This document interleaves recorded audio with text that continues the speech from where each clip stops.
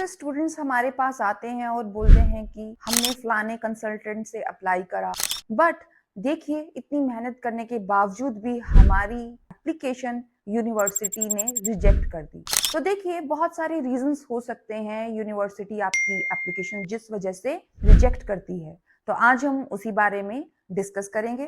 तो Canada, Australia, USA बहुत सारे कारणों की वजह से स्टूडेंट्स की एप्लीकेशन रिजेक्ट कर देते हैं। कई बार ऐसा होता है कि स्टूडेंट्स के मार्क्स कम हैं, परसेंटेज कम है, बट स्टिल उनको ऑफर लेटर आ जाती है। पहले हम जनरल रीजंस पे डिस्कस करेंगे कि क्यों अक्सर यूनिवर्सिटीज स्टूडेंट्स की एप्लीकेशन रिफ्यूज कर देती हैं। सर हमने देखा है कि स्टूडेंट्स ऐसी कंसल्टेंसीज में चले जाते हैं जो नाम से तो काफी ज्यादा फेमस हैं, पर जिनके कंसल्टेंट्स या काउंसलर्स इतने एक्सपीरियंस नहीं हैं। कंसल्टेंसीज ऐसे नए अनएक्सपीरियंस्ड कंसल्टेंट्स हायर कर देते हैं अपने पैसे बचाने के लिए, जिसकी वजह से उन लोगों को एक्सपीरियंस कम होने की वजह से वो लोग एनालाइज नहीं कर पाते कि यूनिवर्सिटी की रिक्वायरमेंट क्या है, या ध्यान से उनका एलिजिबिलिटी क्राइटेरिया नहीं देख पाते, जो अक्सर एक बड़ा रीजन होता है आप लोगों की एप्लीकेशन रिजेक्ट होने का। जैसे कि आपका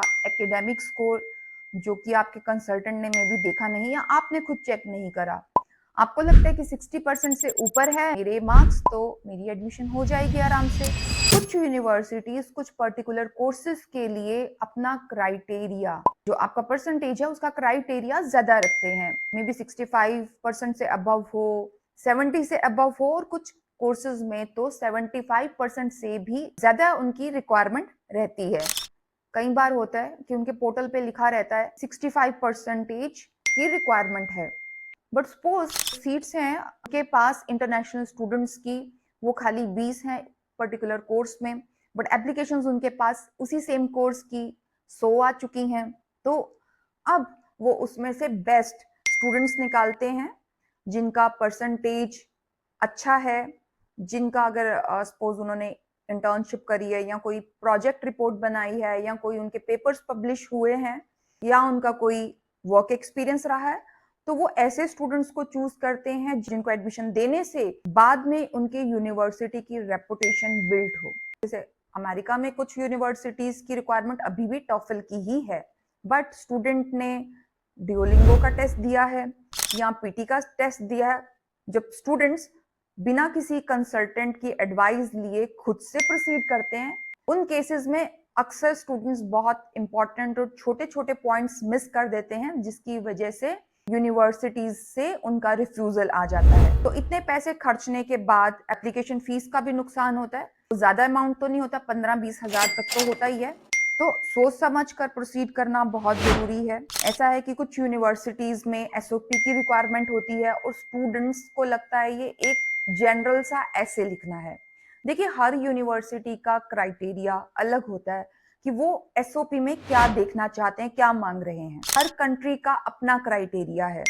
जैसे ऑस्ट्रेलिया के लिए हमें अलग तरीके से एसओपी लिखनी पड़ती है अगर हम यूके की बात करें या कनाडा की बात करें या यूएसए की बात करें। इसके अलावा एक और डॉक्यूमेंट रहता है जिसको हम एलओआर कहते हैं, letter of recommendation.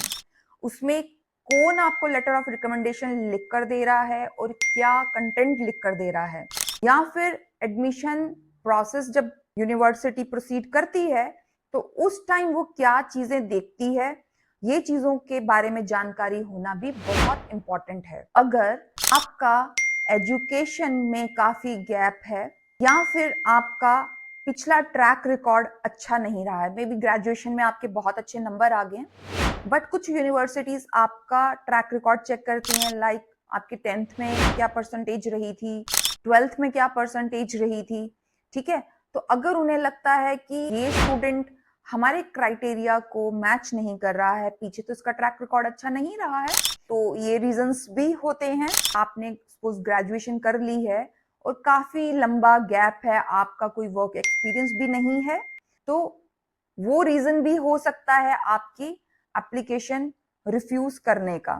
Next point है अगर आपका कोर्स रेलेवेंट नहीं है। बहुत सारे स्टूडेंट्स हमारे पास आते हैं, अक्सर बोलते हैं कि हमने ग्रेजुएशन कॉमर्स में करी है, अब हमें लेकिन कोर्स लेना है आईटी का, हमें कंप्यूटर साइंस दिला दो। तो मैं पूछती हूँ क्यों आपको कंप्यूटर साइंस लेना है जबकि आपका रेलेवेंट बैकग्राउंड ही नहीं है? तो उन्हें समझाना पड़ता है। अगर आपका कोर्स रेलेवेंट नहीं है तो यूनिवर्सिटी आपको कभी भी एडमिशन नहीं देगी। इंडिया का जो सिलेक्शन प्रोसेस है कॉलेजेस में, यूनिवर्सिटीज में, ये अलग है। अगर नॉन मेडिकल ले रहे हैं तो नॉन मेडिकल के बाद ग्रेजुएशन में कॉमर्स ले सकते हो, लेकिन अगर आप अब्रॉड स्टडीज के लिए जा रहे हो, अभी इंडिया में अगर आपने नॉन मेडिकल पढ़ा है तो वहां जाके अगर आप बोलोगे मुझे सोशियोलॉजी पढ़ना है, एंथ्रोपोलॉजी पढ़ना है या कोई और सब्जेक्ट पढ़ना है ह्यूमैनिटीज का, तो ये पॉसिबल नहीं हो पाता अगर आपका कोई बैकग्राउंड ही नहीं है, आपने या फिर कोई काम अगर आपने ऐसा नहीं किया है।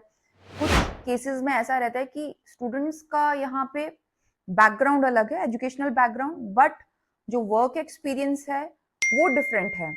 तो उस केस में हम लोग वर्क एक्सपीरियंस को रेलेवेंट बता के कि ये रेलेवेंसी है, वो अपने करियर में ग्रो करना चाहता है, ये स्टूडेंट आपके यूनिवर्सिटी में पढ़ना चाहता है, ये कोर्स करके अपने करियर को बूस्ट करना चाहता है। अगर आपको यही करना है, कोई 6 महीने का छोटा मोटा कोर्स कर लो या फिर 1 साल का कोर्स कर लो, अपना पोर्टफोलियो बना दो, क्योंकि पोर्टफोलियो तो मस्ट होता है। जो भी आर्ट से, डिजाइनिंग से रिलेटेड कोर्सेज हैं, like interior decoration, architecture, web designing, graphic designing, fashion designing, इन सब के लिए यूनिवर्सिटीज आपका पोर्टफोलियो मांगती हैं। उसके बेसिस पर वो डिसाइड करती हैं कि इस स्टूडेंट को आगे एडमिशन दिया जाए या ना दिया जाए। तो ये सब कारण होते हैं आपकी एप्लीकेशन रिफ्यूजल के। अगर आपको हमारा वीडियो अच्छा लगा है तो हमारे वीडियो को लाइक करें और हमारे चैनल को सब्सक्राइब करें। नेक्स्ट वीडियो में नया टॉपिक लेके आएंगे। Till then bye.